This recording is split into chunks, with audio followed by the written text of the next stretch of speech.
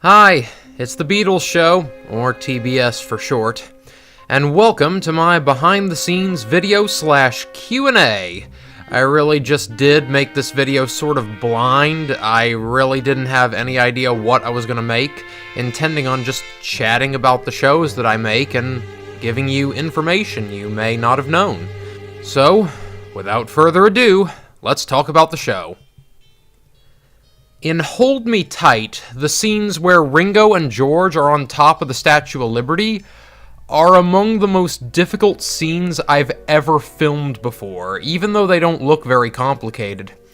The reason they were so hard to make is because the crown of Lady Liberty, at least in this Gmod map, has a very broken collision box.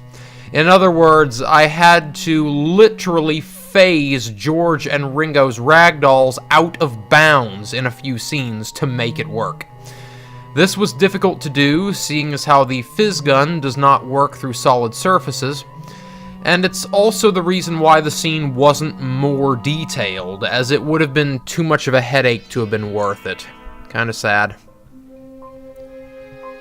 In the episode Mario and the Mercedes 450 SL that my character drives is based on a real Mercedes 450 SL that a family member of mine owns, which I am slated to inherit. I already mentioned this in the comments of that video, but I felt like using this video to prove that I'm not a liar. So here's a real photo of her. It's an extremely fun car to drive, take it from me. But with that said, I will mention that since it's a model produced in the 1970s, it likely would not be able to outrace very many, if any, of today's sports cars, seeing as how far automotive technology has since come. But it is still every bit as enjoyable to drive today as it was in the 70s. If you've paid attention to the models of cars used in the Beatles show and other productions made by me, you may notice that I have started using car models from GTA games a lot more often. Originally, I most often used models that depicted the real car, primarily those uploaded to the Steam Workshop by TDM Cars and other well-known authors. But there is a practical reason to why I made the switch. That reason is because the GTA models have damageable body parts. One thing that always bothered me when I filmed crashes in older episodes is how the cars never looked damaged, meaning that I often had to hide their body shells with fire or something like that. But now, I can make them look smashed up, which makes the scene many times better, at least in my opinion. One thing that you may notice about much of my more comedic works is that almost all the characters are assholes, at least to some extent. In the Beatles show, even the protagonists are depicted as very flawed people, only showing occasional bursts of heroism depending on the seriousness of the episode. More serious episodes tend to make them look better, while more comedic episodes tend to make them look worse. And this is even more true in my Super Mario parody series, where the protagonists lack any bursts of heroism, and there's very, very little to separate the protagonists from the antagonists. Even my own character, TBS, who represents me in-universe, is depicted as a cocky, overconfident jerk who thinks that he's a genius, but in reality is a smooth-brained half-wit who is completely unaware of his staggering incompetence. He's also depicted as being very hot-headed and having basically no respect at all for anybody around him. And he is far from an anomaly here. Only a couple of genuinely sympathetic characters with solid moral compasses and good motivations have ever starred in my more comedic productions. But there is a pretty good reason for this, at least in my opinion. The reason why 99% of Beatles show characters are assholes is so that when misfortune strikes them in comedic ways, it's easier to laugh at them and harder to feel sorry for them. One thing that I have consistently found makes slapstick humor funnier is when the person on the receiving end of it deserves it, or at least to some degree deserves it. Putting a character through a comical misfortune when they don't deserve it can be funny, don't get me wrong, but one cannot deny it is harder to laugh at a situation when you feel sorry for the person on the receiving end. Therefore, most Beatles show and Not So Super Mario bloopers characters are depicted as dicks specifically to avoid this and to ensure that when anvils fall on their heads, you can laugh at them very easily. Although, the irony here is not lost on me that I have depicted my 4 favorite musicians in the entire world as assholes who, depending on the episode, will only occasionally show heroism.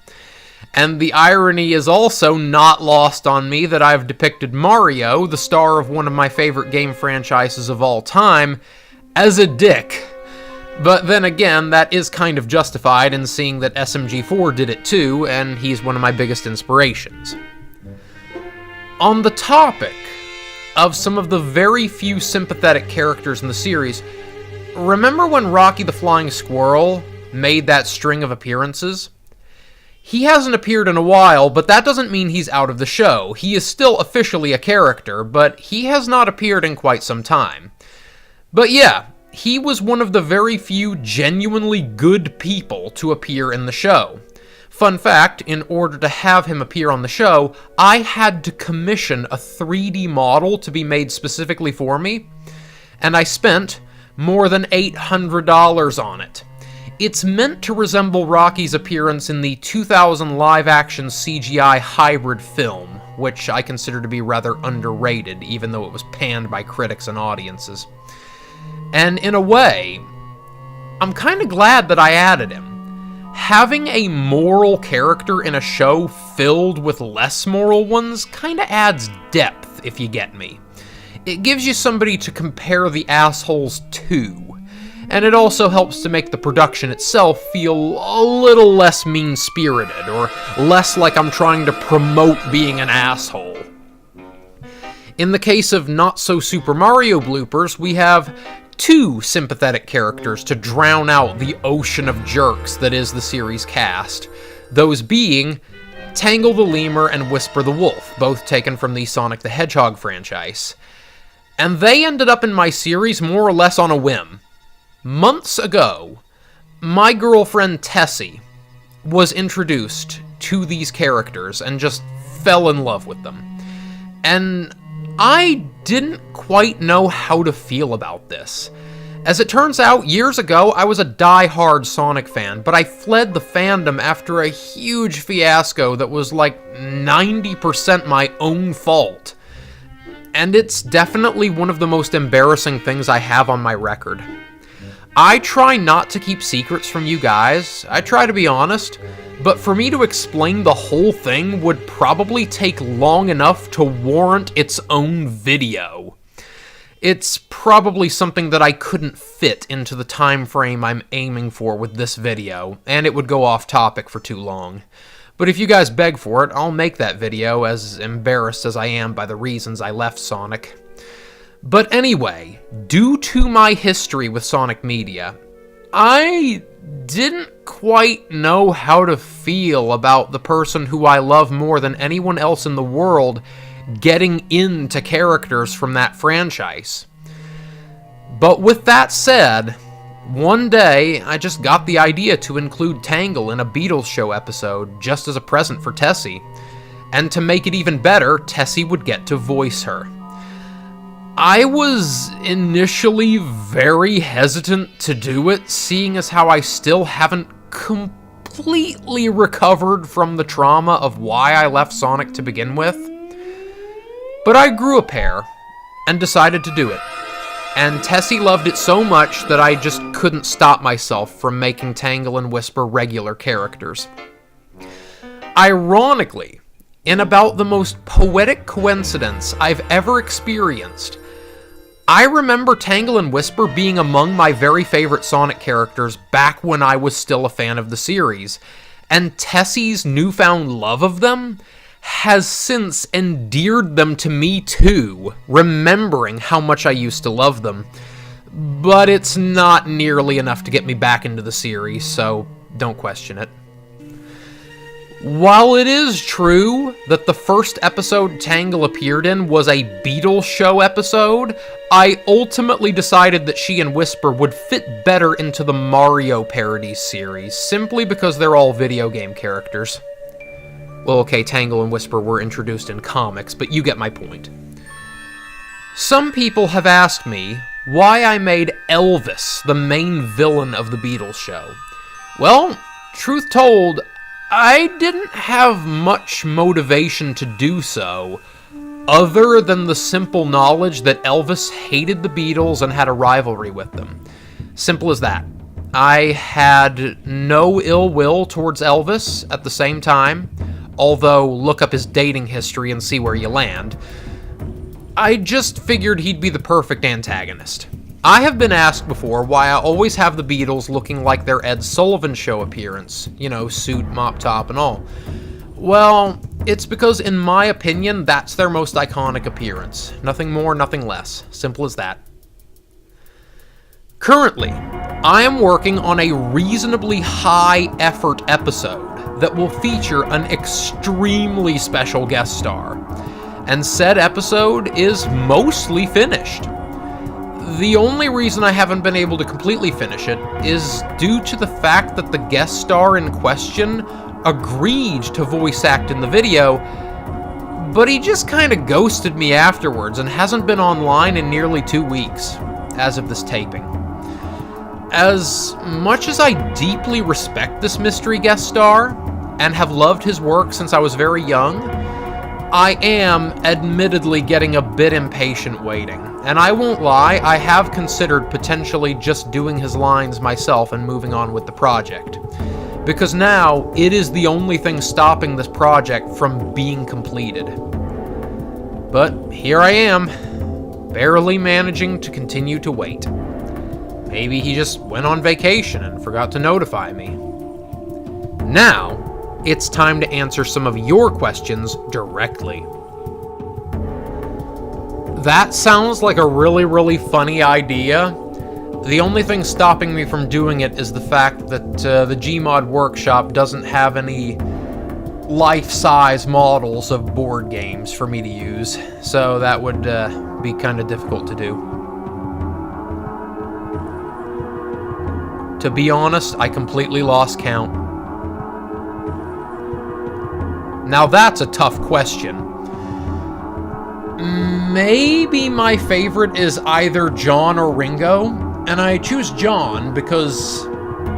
Can you think of one thing he did that he didn't do well? He truly was a jack of all trades. He was an artist, he was a great musician, he was everything. He's basically the man who defined the 1960s as we now know them. And as for Ringo, he's just cool. Just plain cool. I dunno. Come to think of it, I never really thought of it until now.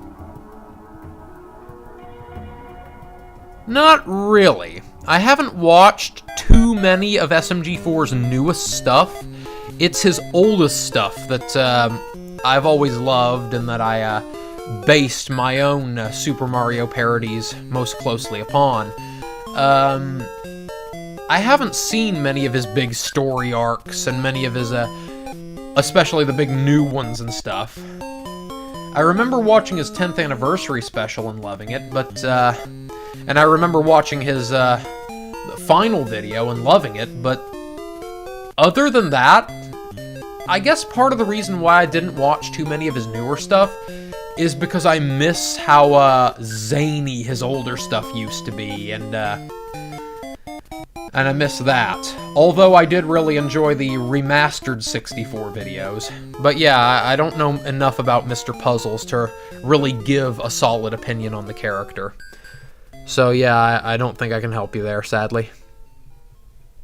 And that's the video! I hope you enjoyed chatting with me, and hopefully the big video that I'm working on gets completed. I'm making fucking mac and cheese, and nobody can stop! No!